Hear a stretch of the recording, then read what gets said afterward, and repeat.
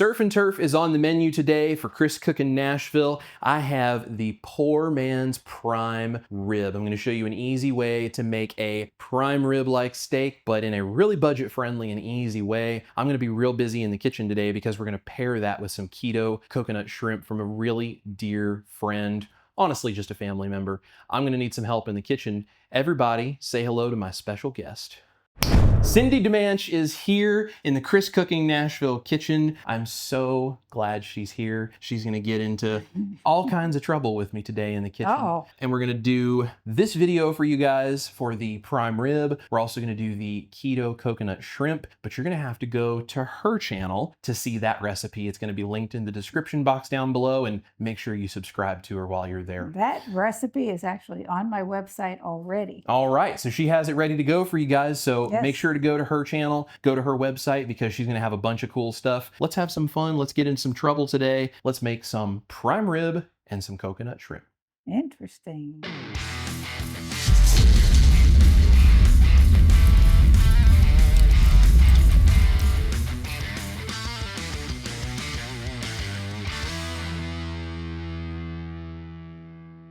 All right, so we're doing the poor man's prime rib. Cindy's gonna get a little bit of a break. She's gonna get to sit down because she just did an amazing coconut shrimp recipe that I got to help her out with. That is going to be linked down below for you guys to go to her channel and watch that video. Please make sure to, because that is a fantastic keto recipe. We're going to pair that with the poor man's prime rib, which is made out of a chuck roast. Now you guys are gonna see some video here. I stuck it in a refrigerator to dry brine. I'll link my dry brining video down below so you know how to do that. But I took that dry brine chuck roast, put it in a vacuum seal bag. We're going to cook it in a sous vide. Now you don't have to do this in a sous vide. You can do this in like a low oven, which would be called a reverse sear, where you would put it in an oven at about 200 degrees. You'd want to check the inside and bring that up to about 130 to 135 degrees, depending on how you like your steak cooked. Then you would pull it out and you would put a sear on the outside of it, which is something you're going to see me do here in a minute. Mine has been sitting in the sous vide for about 20 hours, 18 to 24 hours is perfect. That starts to break down those meat fibers in something like a chuck roast, tenderizes the meat. So we're gonna go ahead and pull this chuck roast out. It has been cooking at 133 degrees. I can always cook it up more from there if somebody likes medium well or well done. I'm gonna use the beef juice in the bag to make au jus. I'm gonna make a beautiful roasted garlic aioli to go along with this. And for some fun, I'm gonna do a horseradish cream sauce as well. You guys are gonna get to see how we put all of this together for poor man's budget-friendly prime rib. Let's go grab the chuck roast from the sous vide.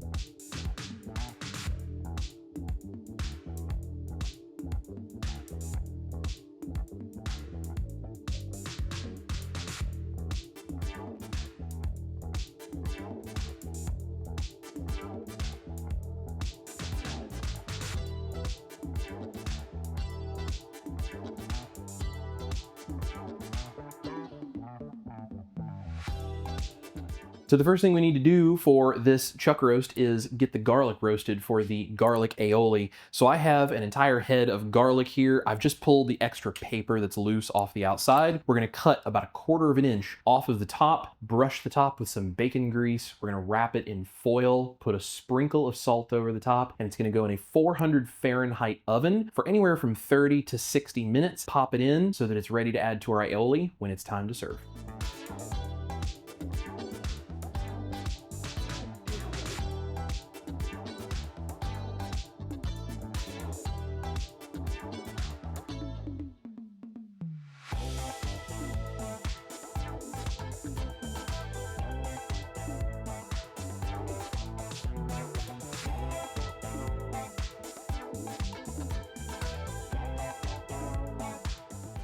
Now to make the aioli, we need some mayo, which is the base of an aioli. So I'm gonna make a batch of my butter mayo. I'll link that recipe down below, but I'm not going to add the egg white to it because we're actually gonna be adding some other stuff to it instead, and we're gonna be serving it room temperature instead of refrigerating it overnight.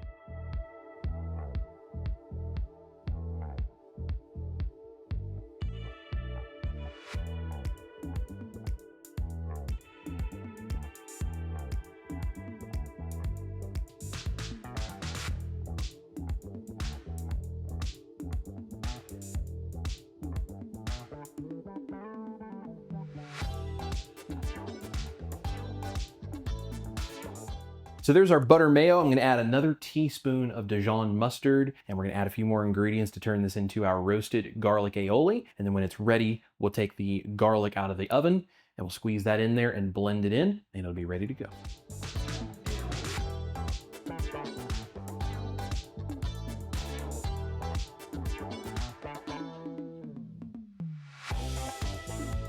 Next, we're gonna mix up a quick horseradish cream. So if you like horseradish cream with any of your steaks, this is a really easy way to do it. We're gonna start with sour cream, add a few other things along the way.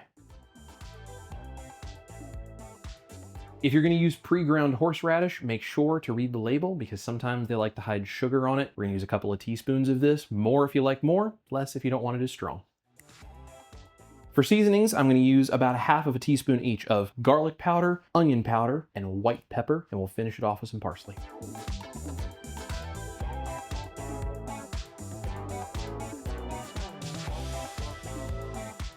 Totally optional, but you can also add in 1/2 of a teaspoon of Worcestershire, and it adds a really nice umami kick.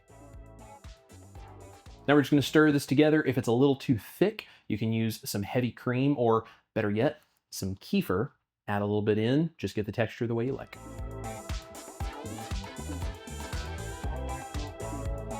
Last thing we need to do is taste it and see if we want to add any salt. Salt to your taste. 1 large pinch of salt ought to do it. This is gonna hang out in the fridge until time to eat.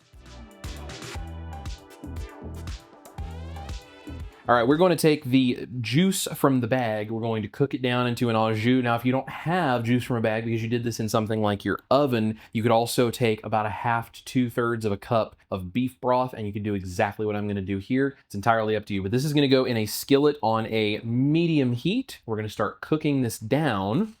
And to help with the texture of this, get to where we want it to be without just cooking it completely dry, I'm gonna add in a couple of teaspoons of beef gelatin. It's not going to thicken it up necessarily, but it's going to give it more of that texture where it will stick to the meat and stick to your tongue. A couple of teaspoons of any unflavored gelatin you like. We're gonna bring this up to a simmer. Just cook it down by about 1/3.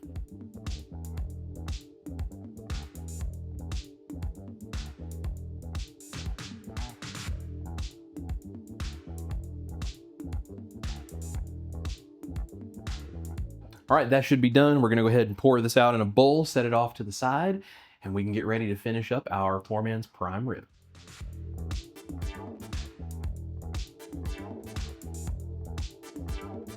All right, it's time to sear our prime rib. We wanna get a really nice hot cast iron or some other kind of heavy bottom skillet. I'm gonna preheat this for a few minutes, make sure it's really good and hot, and then we're gonna quickly sear this on both sides so we can slice it thin, add our au jus. We'll finish up that aioli when the garlic comes out, and it's gonna be time to eat. Nice and smoking hot, let us get seared up.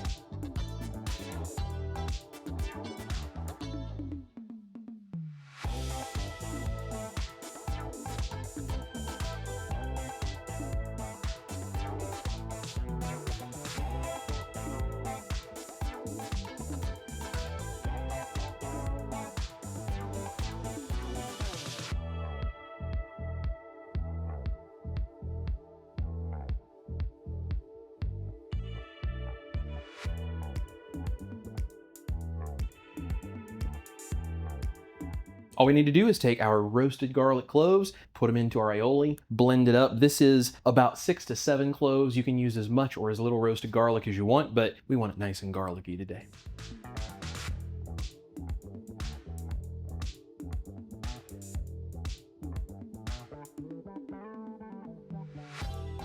Just a huge shout out real quickly to Brian, who made this incredible cutting board that he brought as a gift. He and Cindy are so sweet. We're gonna be serving up the prime rib on this cutting board today. Thank you guys so much for what you do. I'm gonna put some pictures on the screen as well of some work that Brian does. If you would like something that looks like these small cutting boards that are on the screen, he can do some amazing personalized woodwork. Let me know and I'll get you in touch with him, or you can go find Cindy on her channel, which is linked down below. get in touch with Brian, and he can do some incredible work. So thank you so much to Cindy and Brian for this very thoughtful and very sweet gift. Let's use it. Let's plate up some prime rib.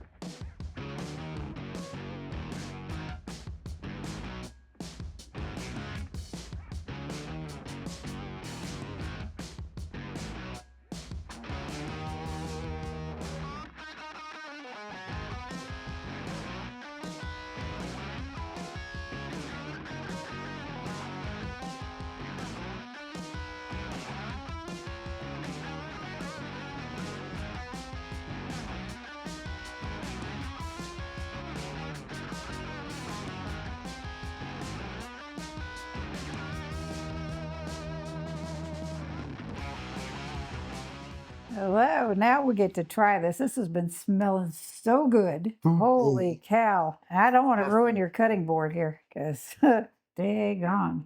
Excuse. Go ahead. As you know, oh my word, that's so good. Now I'm going to try the other one.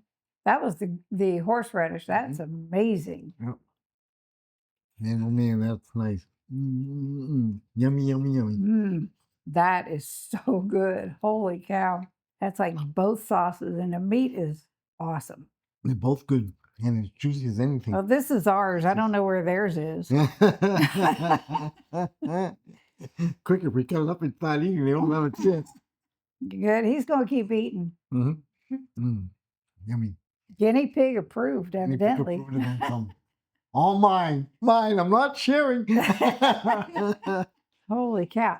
Here, you all need to try this because it is delicious. All right, y'all. Well, that's how we do the poor man's prime rib with those amazing sauces. You enjoyed it, yeah? Oh my goodness, it's so good. Well, I'm glad. That's delicious. I'm glad. It's super easy. Like I said, you can do this in an oven, but it is best in a sous vide. I'm going to link a couple of sous vides down below that I really like. You can use one of those, or if you don't have a sous vide, you can do the oven method as well. I'll make sure both methods are on my recipe card. I hope you guys enjoy this because it's really good. And if you're willing to do some of those seasonings or the slightly more ketovore leaning things, those sauces are a wonderful accompaniment as well. They are. They're delicious. I will definitely be making these. Yes. Well, Cindy, thank you so much for being in the kitchen with me today. Thank you for having us. And guys, make sure you go check out that shrimp recipe. That's going to be linked down below as well. So you can go find Cindy's channel and her website. That shrimp is amazing. We're going to finish cooking the shrimp. I'm going to heat this back up slightly. We're going to have a real big party of some surf and turf and some carnivore pasta tonight. And we're just going to have fun, friends in the kitchen together. So thank you guys so much for being here. Eat your meat, love your life. Check out Cindy's channel if you get a chance. And we'll see you guys here in the kitchen or maybe over in her kitchen for recipes, keto and carnivore information, and who knows what else. That's right. Bye, y'all. Bye. Now, have a piece of meat because it's delicious.